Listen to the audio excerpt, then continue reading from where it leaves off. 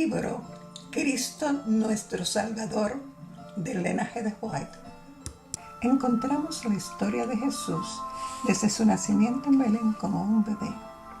Esta nos habla de su ministerio hasta su muerte y resurrección. Cada aspecto de su vida nos enseña cómo enfrentarnos con nuestro Salvador. Escuchemos.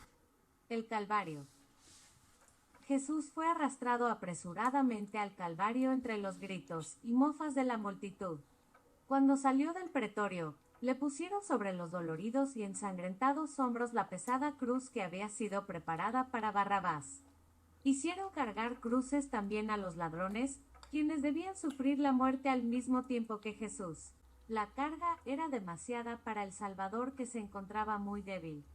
A los pocos pasos, cayó desfalleciente bajo el peso de la cruz. Cuando se hubo repuesto algo, volvieron a ponerle la cruz encima.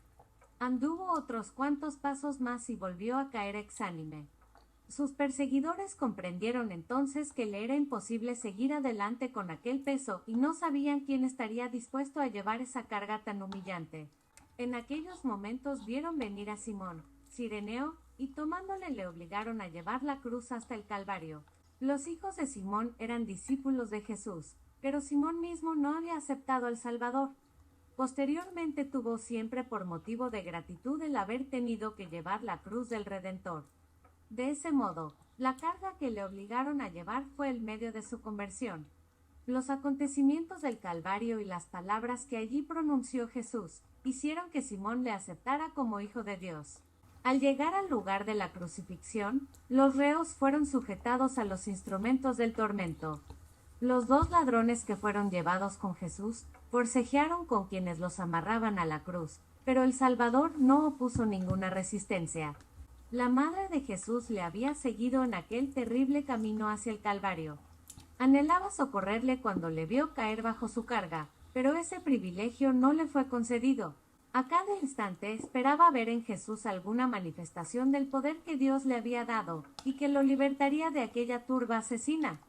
Y ahora que había llegado la última escena de la tragedia, y que veía a los dos ladrones atados a la cruz, qué agonía de dudas y temor no debía sufrir. ¿Sufriría la crucifixión aquel que había dado vida a los muertos? ¿Permitiría el Hijo de Dios que le quitaran la vida en forma tan cruel? ¿Debía ella abandonar la fe que tenía en que él era el Mesías? Vio sus manos extendidas sobre la cruz, aquellas manos que no se habían extendido sino para bendecir y aliviar a los que sufrían. Trajeron el martillo y los clavos, y cuando estos penetraron las delicadas carnes, los discípulos con el corazón traspasado de angustia alejaron de allí la desmayada forma de la madre de Jesús. El Salvador no profirió queja alguna, su rostro permaneció pálido y sereno, pero gruesas gotas de sudor bañaban su frente. Sus discípulos huyeron de aquel cuadro aterrador. Él pisó el lagar solo y del pueblo nadie había con él.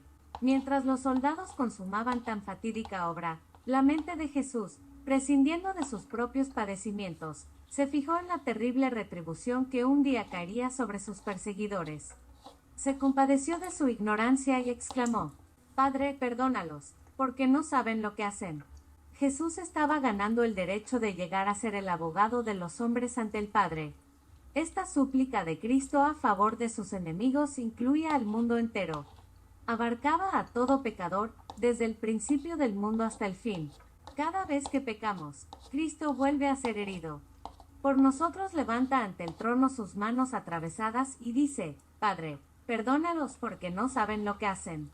Luego que Jesús fue clavado en la cruz, esta fue levantada por hombres vigorosos, y metida con fuerza en el lugar preparado para ella, causando agudos dolores al Hijo de Dios.